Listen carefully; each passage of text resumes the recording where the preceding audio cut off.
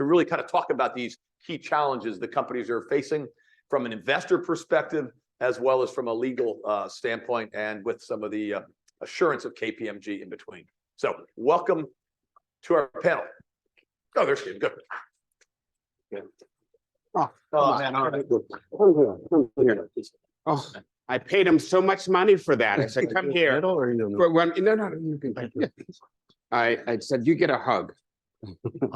So good morning.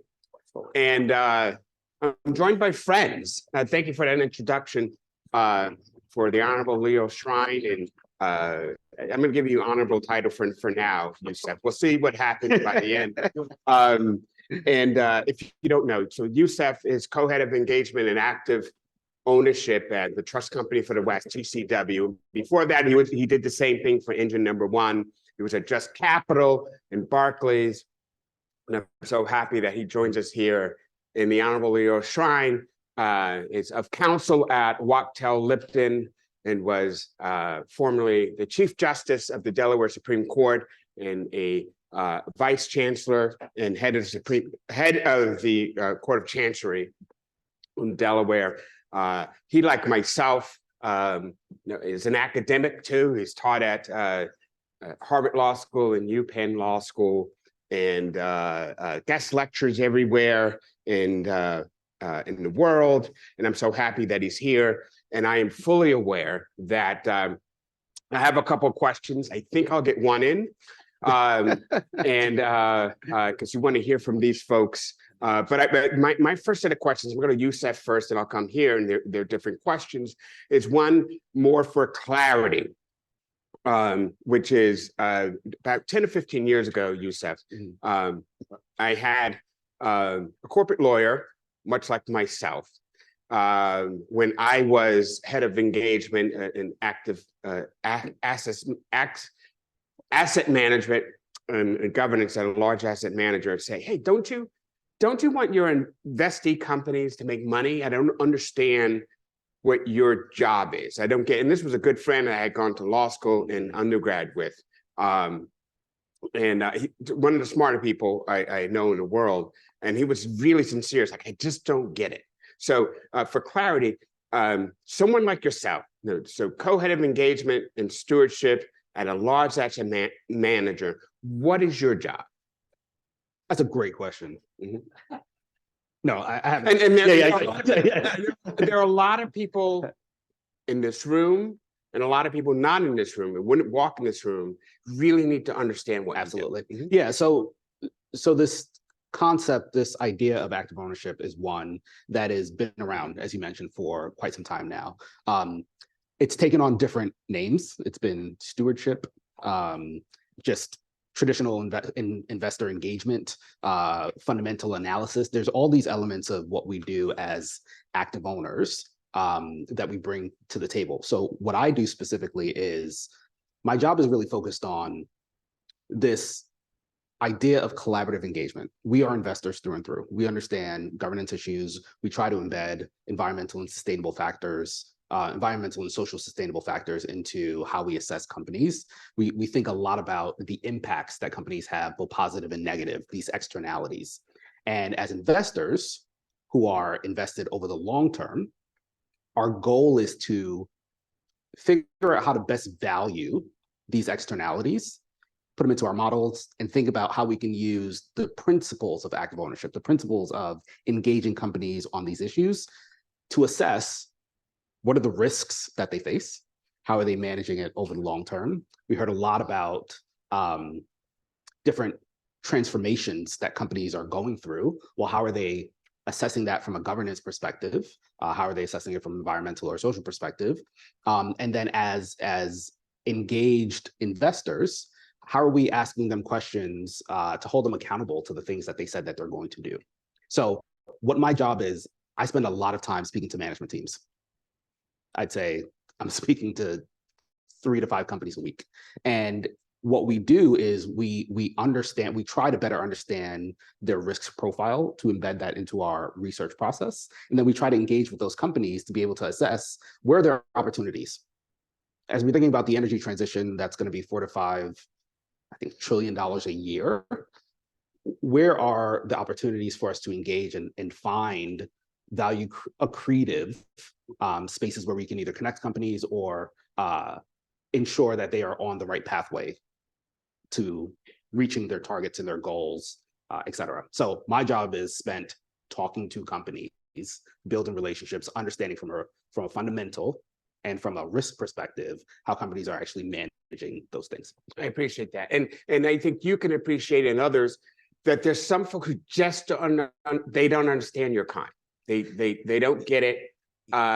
Today in 2023, more of them are getting it because there are more folks like yourselves, and we have this program, and some of these folks are spread around the room, and they're actually human beings, and they're nice people, and they're accredited and all that stuff.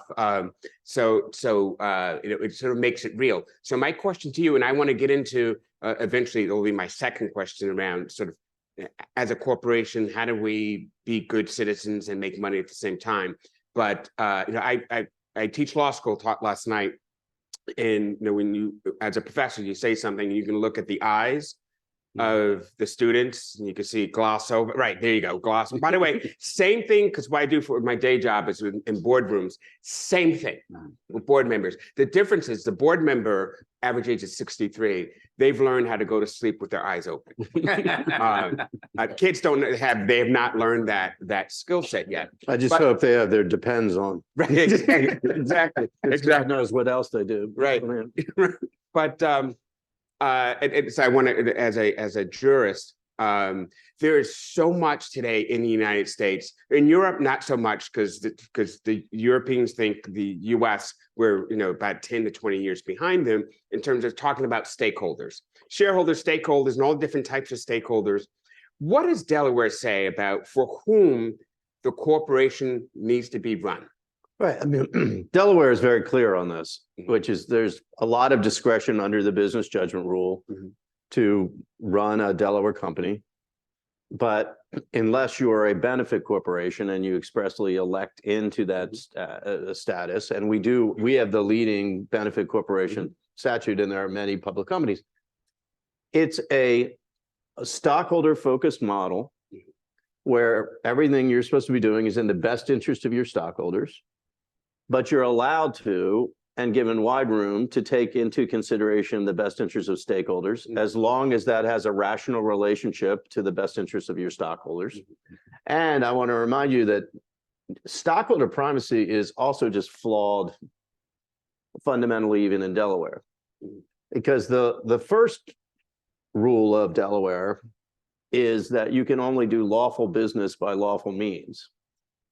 And so you don't charter lawbreakers.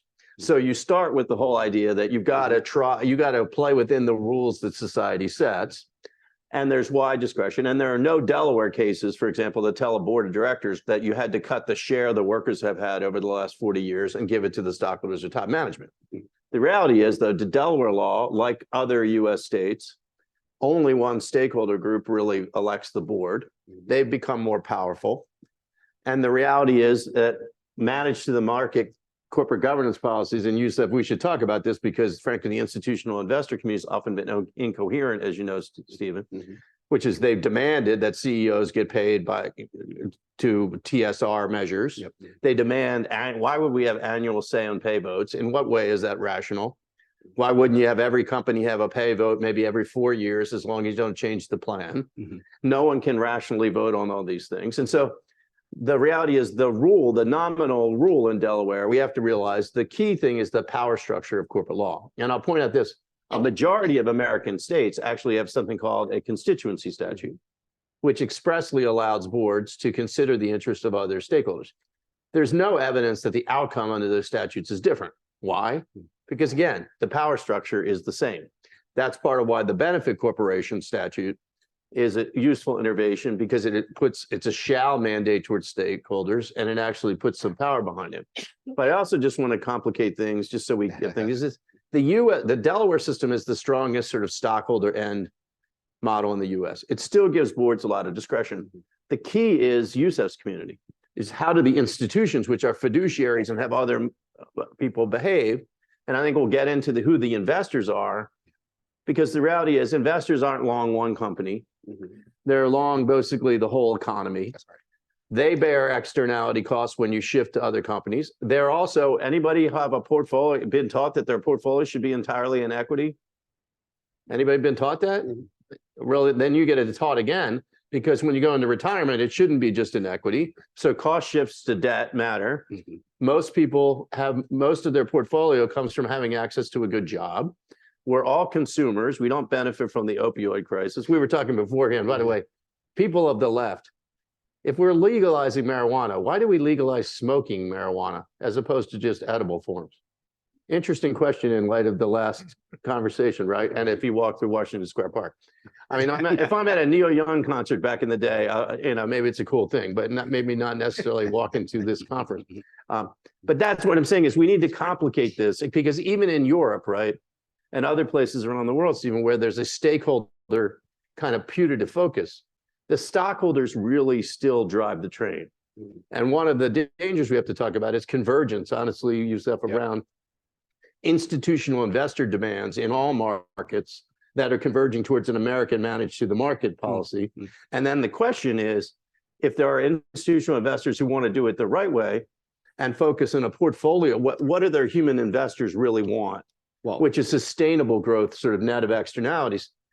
Can you simultaneously say that out of one side of your mouth and then make corporate leaders, I see Barbara here and other people, corporate leaders who are struggling to chart a long-term course, can you give the market the power all the time to immediately disrupt the company's progress? Those, you know, sometimes one definition of genius, I guess, is being able to hold incompatible ideas in your mind and proceed without being it. There's another thing called that there are actually there are foolish inconsistencies, and it's called hypocrisy.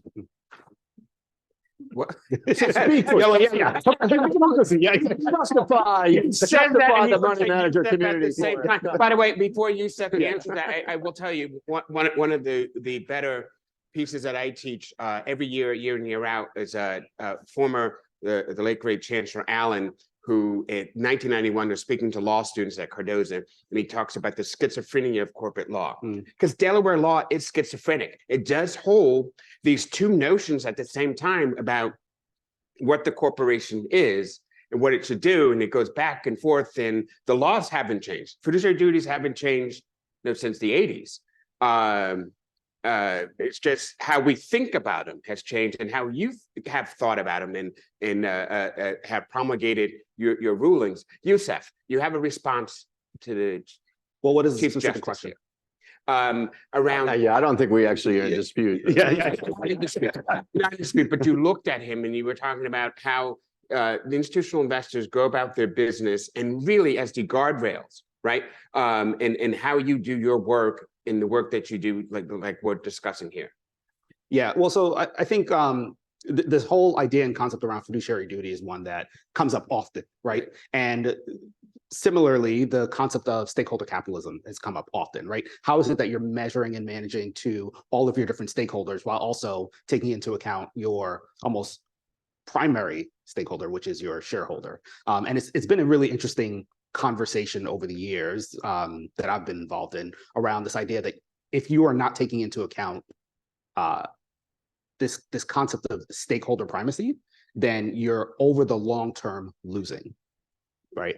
And so it's been really fascinating to go from the seat of a nonprofit who focused on, you know, advocating for better wages at large companies, or the idea that if you're not embedding sort of community values or customer facing values, fair treatment of customers, then you're not winning, to this seat of an investor, where what we're trying to do is we're trying to understand how you're actually embedding it in the bottom line, right? And so just to provide some examples of the work that we do, we think about megatrends. We think about, as investors, how are we looking at our active thematic portfolios and where we can identify opportunity and value. I talked about the energy transition, which is, I think, probably one of the biggest investment opportunities that any of us will ever see in our lifetime. And as investors, we think about, okay, well, we know that this transition is going to happen. Earlier, we had the CEO of Energy speak and talk about the electric grid. Well, okay, well, the grid and the use of renewables is a really great thing, but do we have the infrastructure to match that, Are we actually capable in the US to, on the hottest October in record, be able to sustain what a transformation actually looks like? What is greater investment needed to be able to do that, right? Okay, well, then what are the impacts of that greater investment? How do you supply the right type of jobs? How are you employing people within that community? How are you thinking about the materials? Are there bottlenecks in that? And are you able to access copper or lithium or whatever the critical materials are to be able to see yourselves through that transition? And how can we as investors engage you on those issues, right? If you have a specific goal, what is our role in ensuring that you are staying true to this idea of fiduciary duty while also taking into account all of these different impacts and these trends? And just last thing on this is the board plays an incredibly significant role in this, right? Because from our perspective, is the board managing both financial and non-financial risks as the company is embedding or integrating their long-term strategy? Like, how are they actually being the overseers of what the management team is doing as they try to see around the corner, as they actually see what's in front of them and try to figure out how you can have a successful business strategy to do that? Like, that is the work that we do as active owners. So let me ask you, Leo, exactly how do you do this? And I know you've written in the, I think it's the Business Lawyer, you have a piece about good corporate citizenship, because we live in an environment today that's very polarized, and the polarization of corporate governance, red and blue states, and you write about how to be a good corporate citizenship in which red and blue people can all get sort of settle on. Can you walk us through that? Yeah, I think I call it making money the right way. And I think if you conceive of what corporate good is, citizenship this way, which is, are we a company that makes money the right way? And what do I mean by that? Do the workers who produce our products and services and who are most responsible for our success, are they in a safe, respectful working environment where all people of good faith are welcome to come together as long as they treat each other with mutual respect? Do they get quality wages and benefits so that they can provide for their family and their children can have a better future? Do the communities in which the company operates, are they better off because the facilities are clean and attractive? Other businesses want to locate near them. They create positive externalities because they pay their taxes. They support the local charities. They don't pollute the streams and the air. So they're making better out. Are the customers' lives better off? Do you get good quality? Are your products safe? Are they non-fraudulent? And if you think about making money the right way and you look at polls, there is no left-right divide, no blue-red divide about that companies should treat their workers with respect. No one thinks that consumers should be ripped off. Everybody thinks corporations should pay taxes.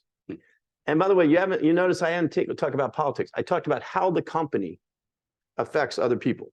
And by the way, we'll get to practical tips, but where you rub up against society is often where the law rubs against you. And so if you think about ESG in the way I've talked about, then it brings together your legal duties and your values infuse your compliance program, and they're not separate. Because your human, where you affect your employees, the OSHA is likely to affect in terms of safety. You've got the Department of Labor, you got EEOC issues. You've got the FDA if you put products in people's body, right? You've got the EPA if you put things in the air. And so, but thinking about this is less divisive. And there's another thing about this isn't part of being a good corporate citizen is recognizing society's diversity in all its respects. And one important aspect of diversity is freedom of thought and the ability to have different religious beliefs, different political views. And that what we strive to do is to leave those to our workers. We leave those to our stockholders, to our customers to the extent possible. It may be that when we have a business relevant thing, we take that decision, and I'll talk about means of legitimization like the board and things. But in general, we actually say, we are a company where every person of good faith is able to come. We're not trying to resolve all the world's problems in the workplace. Because you know what should you disagree most vehemently about at work? What argument? Solving the problem you're there to solve, which is work, right? You don't come to work. I posited at a conference recently. Imagine a dream of someone, right? Every worker is Christian. All management is Christian. And they come and they bring their full Christianity to the workplace. What's history tell you about how that goes? When the Catholics and the Protestants get together, right? It's all been dream, right? And the Baptists. And then if we say, well, maybe we want to include all the Abrahamic faiths, that'd be good, right? Because there's no divides in Islam. There's no divides in Judaism. And then we bring in the reality is we're coming up on the holiday that the work environment ought to be. Thanksgiving. You don't try to talk politics with your crazy uncle. You try to remember that 90% of him is a good person. Like most of us, we got a few quirks. We can't all solve that. But if he treats everybody politely, and what I mean is if you come to work, and what I'm saying is I think one of the problems of eroding an institution, Stephen, is when companies get out over their skis, and I'll finish with this because we're getting the time hook or whatever, is there is overwhelming bipartisan support for getting corporations out of political spending. This is something institutional investors could do. Companies have no way of doing it, and then they get caught in hypocritical situations where they speak out on issues, and then they've given millions of dollars on the other side. That pleases no one. None of us invest in companies as an expression of our political value, but they have all our money, and it swamps their politics, and most of their spending, it goes to people who are against stakeholder protections. And that undermines the integrity of, corporate America. And then you see the legitimacy. And people will say that the business community's institutional ratings are higher than Congress. Yeah, it's like being, how low can you go? What I mean is all the institutional rankings are low. And I think we need to remember what we have in common. We need to encourage people to come together in good faith. We don't want a situation where if your kid lives in a region of the country and may only have 4 large employers to go to, they live in some political orthodoxy. I don't want to live in a boring orthodoxy. We learn from each other. We are in democracies, and there's a legitimate right of people to have different religion, beliefs, and others. As long as we treat each other with mutual respect and come together, and the companies control what they can, and that's hard enough, as you know, Stephen, to run a good company. Right. Controlling what I said, resisting the pressures the marketplace puts on you to seek profit at the expense of your stakeholders is really not always easy. There are locational decisions, but then we're holding the business community accountable in the right way. We're actually legitimizing and focusing our corporate governance system in a way, and I think investors then are focused in the right way because, again, their portfolios, like Yusuf said, nobody wants to have one company go gangbusters of profit and distort capital allocation like WorldCom did or Enron did. And by the way, when did WorldCom and Enron go out of most institutional investors' portfolio? When it left the index. Right. And all that, whatever gain it was, they left all the wreckage and everything behind, and the long-term investors bore that cost. Well, I appreciate your analogy to Thanksgiving, which is coming up next week. The problem with the crazy uncle is the crazy uncle at Thanksgiving doesn't think he's the crazy uncle. That's why at the Thanksgiving dinner table, you talk about how good the cornbread stuffing is. You talk about the football game. You don't try to solve. You don't come to the thing. That's my point, is that workplace, if everybody's treating each other with respect, it's not the place to solve all of society's ills.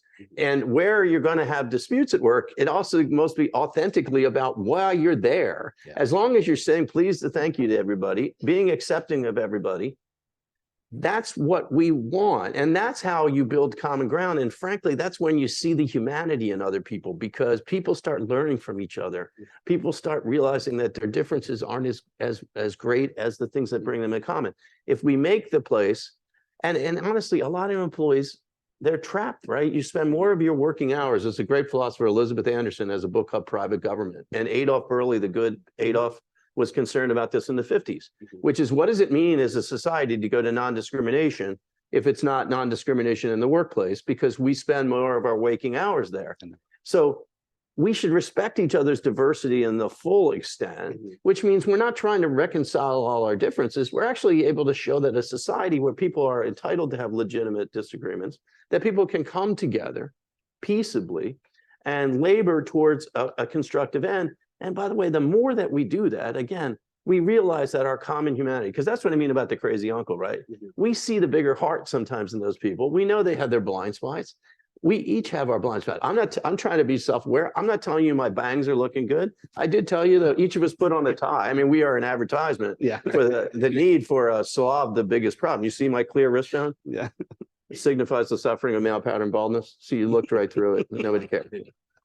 So, given that we do have this current state of the polarization of this thing we call ESG, Youssef, has it changed the way that you do your work in stewardship? You know, are you more careful? Because we've seen investors, some do a full pullback, others do a slight pullback. Others do what they've done in the past. It's just that the media and others and folks on the other side sort of interpret what they've done as a pullback. You know, again, so the questions about the politicization of ESG and how has that affected the work that you do in stewardship? Yeah, so the short answer is no, it has not changed anything that I do. I think if anything, it is advocated for more transparency around what companies are doing, right? The more clarity we actually have, the better we understand to use the moment we're in, the long-term business plan of these companies, right? If they are transparent about what they're doing, then we have clarity on how they're actually approaching those different stakeholder groups that I mentioned. More broadly though, you know, today we've heard about the IRA investment. We've heard about other investments that the government is incentivizing large companies to do. And so there's a massive transition happening. Like there is this moment that, at least from the energy perspective, that there's a massive shift that's happening that we believe is this once in a lifetime situation. I have to keep on saying that because it really is this unique situation where we have the ability to, if you go to a red state or a blue state, to have workers say, I'm actually working on this renewable energy project. Like that's unique. And right? isn't numerically, the reality is that the red states are getting more of the investment. correct. And you have situations like the Nebraska governor talking about making Nebraska like a bio Silicon Valley out of the energy transformation. Right. So But this is from these same states, certain elected officials are basically saying, you know, you can't consider climate like a business factor. Exactly, That's yeah. illegitimate. That's right. Yeah, I think there are 20 or so states that Are your colleagues, I mean, are the mainstream, are the big four pulling back a little bit? So they're pulling back. So when he mentions the big four, he's talking about the largest, Like Fidelity, BlackRock, State Street, Vanguard. So from the perspective of shareholder proposals, where a lot of impact investors are proposing specific asks of large companies to either be more transparent about how they're approaching climate change related impacts or the effects that they have on different sort of employee groups. And yes, there has been a pullback. So over the numbers are sort of vague in my head, but if you look at someone like BlackRock over the last 3 years, in 2020, 2021, they supported close to 22% of shareholder proposals. Last year, in 22 season, it was around 13%. This year, it's close to, no, it was actually 9%. So there's a pretty significant pullback in them advocating for things that they've already advocated for instance, methane emissions, right? We know that methane is a bad thing, right? Not only from the perspective of there are upcoming regulatory fines that companies are gonna have to pay if they what's called flaring methane. Effectively, it's gasless, it's odorless. You can burn it and then folks don't see it. But it is, I think it has 20 to 40 times the warming power of CO2. It is pretty significant. So, you know, the large asset managers have pulled back on asking companies to do this. What we have done as an asset manager is we've actually dug our heels in and said, this is something that's important and this is something that does affect the bottom line.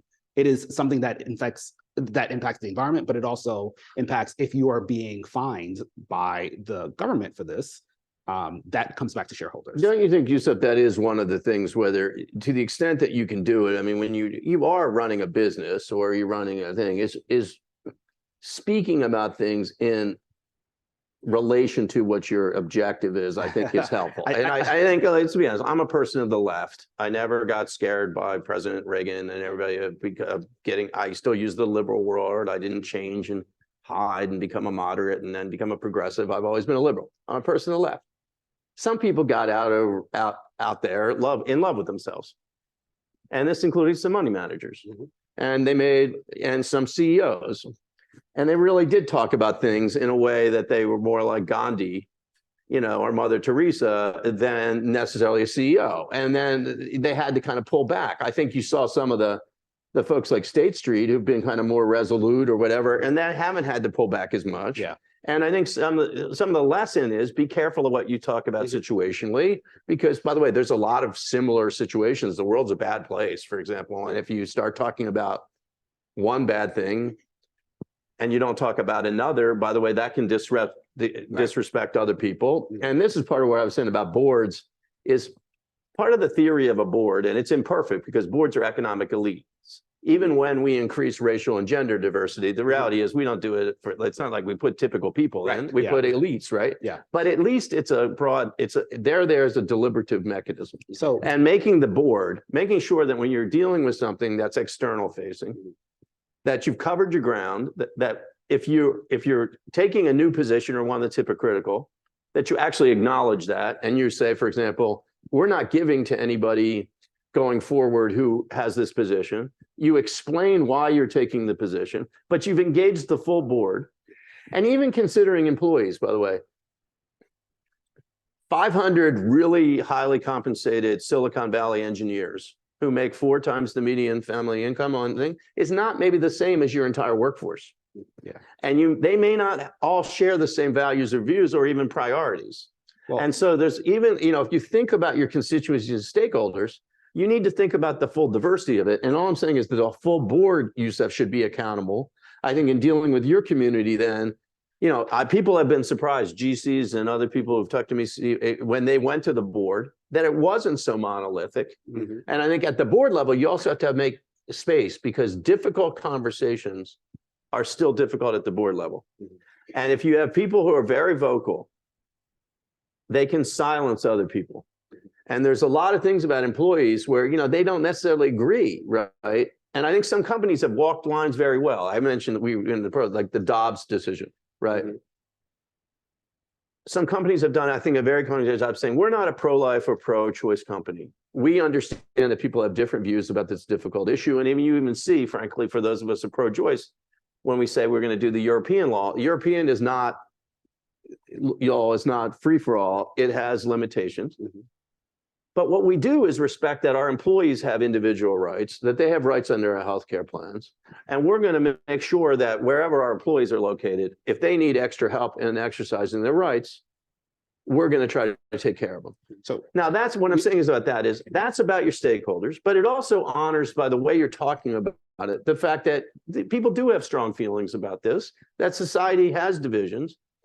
And what we're trying to do is we feel like that we have to do something because of our employees, and we're going to do something important, but we're also going to make sure that, we don't become an orthodoxy of either side. Because I would say to you, for those of you who are pro-choice, your kid or somebody or your relative could live in a company where the management is on the other side of things. Yeah. And that's what we always have to think about. Empathy that's why the Rawls, the great philosopher, was so good, is always imagine yourself when you're not on top, that you're the liberal who lives in Alabama and you got to go to work. And you might be going to work with a person who, CEO does it, or on the left, you're a conservative and you live in the Pacific Northwest. Don't we want a society that, again, where all of us can kind of live? And the only way, by the way, that states change in policy, right? In many of the states where they have laws we disagree, 46% of the population agrees with us, right? And you're seeing this in some of the referendum in different states right now where it's going to the people. And what I was saying is, I don't know that we want the business community, the forum to be the place. And so if companies keep that in mind, I guess what I'm saying, and they make a careful decision, like the Disney, Delaware had a case on the Disney thing. People got sued, the Disney did, for taking a stand on the can't say gay. Yeah. I think Disney felt, honestly, when they looked at their employee base everywhere, and the number of their employees and the kind of the extremity of that law, that they felt like they had this, they got sued. The Delaware court said that's a matter of business judgment. But I think the whole board was involved, Stephen. They took the position. You know who they had given. They were the leading donor of every company to the legislators who passed that law and the governor who signed it. So let me so just jump in with 2 Let points. me do this. And so Before that's we a hard thing, before we right? take Yeah. questions, I want Yusuf to get in, and then we're going to take some Just 2 questions. points. And I actually I'm curious for your take, Stephen, on this because you sit with boards. But the first I was gonna say is transparency is incredibly important. You talked about the fact that board members are people and they are dealing and struggling with this also. And oftentimes, if you don't have diversity of thought and diversity of voice in that boardroom, then it is really hard to get to a solution. Right. So that is really, really critical. Second point is when at Engine Number One, when we had sort of the campaign against ExxonMobil, you know, one of the unique things about what we did is we brought four board members to the table. We're able to get 3, and the 3 mattered, right? That number mattered because it wasn't one individual. Right. They weren't tokened out as a person who's coming in with different experience. They could actually have a conversation because there were multiple people who were newly added. And so boards are really interesting from the perspective of they are enclaves within themselves, and they are the governing body by which the company sets through its strategy, but they need to be able to have these really hard conversations when they meet. And so, Stephen, given the fact that you sit on, you advise boards, I'm curious about your take on that. Yes. Can I just say policies up front though matter on that, which is you need to have the expectation of the board. The boards need to have the expectation that on public facing issues, the board is involved. The lead independent director, there needs to be these processes. And if it's important enough for the CEO to talk to the New York Times or to sign onto an ad using their official title and the company's resources, then it's important enough that the board discuss that first. Right. But that has to be done like M&A policies and all. It has to be upfront that that's the understanding. Yeah. And that's actually where we are today in that space of trying to counsel boards is to have fulsome conversation and do not, as a board, as a company, you don't leave it up to the good folks because everyone has a DC office. And they call the DC office, and I know what the response is. No, because that's their focus in DC about don't do this because you'll upset this senator. Don't do that. Well, and the other thing is the board, you cannot be a board in charge of your policies without knowing where your political spending and lobbying money is going. And boards are blind to that. And that's where they get caught out. Oh, you mean we gave $4 million to the committee to turn these state legislatures in the direction that passed all these voting rights restrictions? Yes, $4 million. You gave $4 million to that. Now you've spoken out. That people would rather get the $4 million than take your one-time thing, but you look like an ass. And you're right, your lobbyists are always, and remember, who are your lobbyists telling you to give to? The people who regulate you. Yeah, that's right. And that's why the Silicon Valley companies gave to a United States senator who wore Confederate reenactment a garb. Did they do that because they supported the Confederacy? I like to think not. But is that okay? No, it's not okay. And if you've got jobs and communities, you have leverage and you don't need to use your stockholders' money for politics. But the board, at the very least, if you're going to do it, the board has to be in charge of it. And you can't have the DC thing. And by the way, it's not just DC. You multiply DC by the state capitals. Right. And you're getting all the thing. And the lobbyists are telling you where to put the money in. And by the way, these, again, companies that have said things about Dobbs, voting rights, DEI, other things, have found themselves there. Well, why are you the leading donors in the top 10 donors to the very people who passed these laws? And you just don't look good to anybody. And the simple answer was Jack Bogle. Remember what Jack Bogle said after Citizens United? Vanguard. 75%. You don't spend on politics unless 75% of your stockholders agree. And he said, that's a high level. And he said, well, you ought to have that level of consensus because you don't have other people's money for that. And it's a distraction to business. Yeah. And one of the things you said, if I think we could have more of like your segment of the community is some proposals to restrict corporate political spending and to at least require it to be disclosed because everybody got rid of classified boards, right? Got rid of classified boards and pills. And you have majority voting. institutional investors are the only solution to actually dealing with corporate political spending, and that could be done. And that would actually be unifying because the American public across the board would like to get them out. That level of transparency. So we have, I'm looking at the bosses here. There's stuff. Do we have questions? And we should take it, I think we started a little bit late. So I'm advocating for ourselves. You did. Okay. But I mean, this panel is just so amazing that I think our questions are going to be very tame. So please follow to it. So one question is, what are the top long-term factors you would recommend CEOs focus on? What are the long-term Youssef, I want to go to factors? you first on that. So obviously, the growing risks of climate change is a factor, right? That's one that all CEOs, regardless of if you're a tech company, you have servers, you have to think about climate change, and you use water. If you are a energy company, power company, obviously that's very, very clear. If you're a pharmaceutical company, you have to think about the impacts of the agriculture and biodiversity that is used to create your, so climate change is one of the big ones. I think cybersecurity is a really important factor. There are only growing risks, especially as we move to greater technological uses. We have heard about the AI tailwind that is going to impact everyone, and it's going to impact cybersecurity and the ways in which companies are managing that risk. Those are two that come to mind right off the top. But the third, obviously, workers, like your workforce. What does the transitioning workforce look like over time, and how are companies managing that? You know, I'm glad you got to that because I was at a conference at Oxford, and it was one of these European things, and it was all these folks who consider themselves enlightened citizens of the world. So I asked, there's about 40% Americans, 60%. All right, some of them are in the room, so be careful. No, I'm asking my own team. I said, how many of you voted for President Trump who were American? Nobody. How many of you who were Brits voted for Brexit? No one. I said, it's 1 o'clock in the morning. It's 1 o'clock in the afternoon. I've been listening to all this stuff about high-minded stuff about society, sustainability. I'm about to be the first person to mention workers. And if you don't think that President Trump's victory was about failing to, because frankly, I supported Secretary Clinton, but she did not talk about workers. Brexit is about economic insecurity. We will not tackle climate change if we do not deal with the legitimate economic insecurities of people about this transition. If we demonize, smug people, talk about people in the energy industry, they have cars. The smug people who go to Davos use more energy. I would like to have scope 3 reporting for everybody who goes to Davos, because their scope 3 emissions, their empty houses exceed, but this is corrosive. And so one thing is that we need to restore fair gain sharing with the people most responsible for capitalism success, which are workers. Workers are the ones who actually now have to fund their own retirements. That's right. And we need quality wages, and we need a global rising standard of living. There are shared values in every corner of the globe.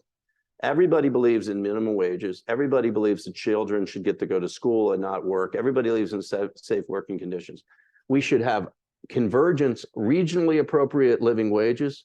We should promote convergence. And by the way, the good news is, like, if America wants to be a leader, it can't ignore things. The EU is going to require stakeholder disclosures. Large multinationals are going to have to do it. And we should be building an economy around the world where people compete on quality and innovation, but where fair worker treatment is at the forefront of everything. Because unless we do that, we will not tackle climate. Because when a push comes to shove, you see workers in German communities and things, there's stories about pollution in their own communities, right? Workers have lived in polluted streams, other things. But why? Because when a push comes to shove and they need a job for their family, they're willing to take that in their community. And you see that in Massachusetts, in the rivers that used to be around paper things, in Ohio. You see it in Germany. And so we need to we cannot leave workers out of the equation. And we have to acknowledge that the capitalist system has done them a disservice over the last 40 years. Their share has gone down, and it's gone to the institutional investors and to top management. And we need to start rectifying it. And the pandemic was somewhat of a start, but even frankly, the gain sharing is not what it should. And as long as that's the case, you're going to have a hard time talking about transitions, because the people who might lose their jobs are easily going to be exploited. And when people feel economically insecure, history also teaches that's when you blame the other. And so I think common values of treating all the workers with respect and bringing the workers together with climate, which is part of why the president's bill, I won't use the Orwellian term about inflation. The best thing about the bill, the climate bill, was that it invested in the communities and the transformation and made it clear that we're going to bring the workforce along. Yeah. So let me end with this. Part to your question and part to Youssef, you had a question about how do I think about boards? Well, one, I do try to simplify things. There's so much coming at the boardroom, so much. All the alphabetic frameworks and this and that. And I remind them that that's not your job, that's management. You can do compliance and telling management you do whatever the rule says.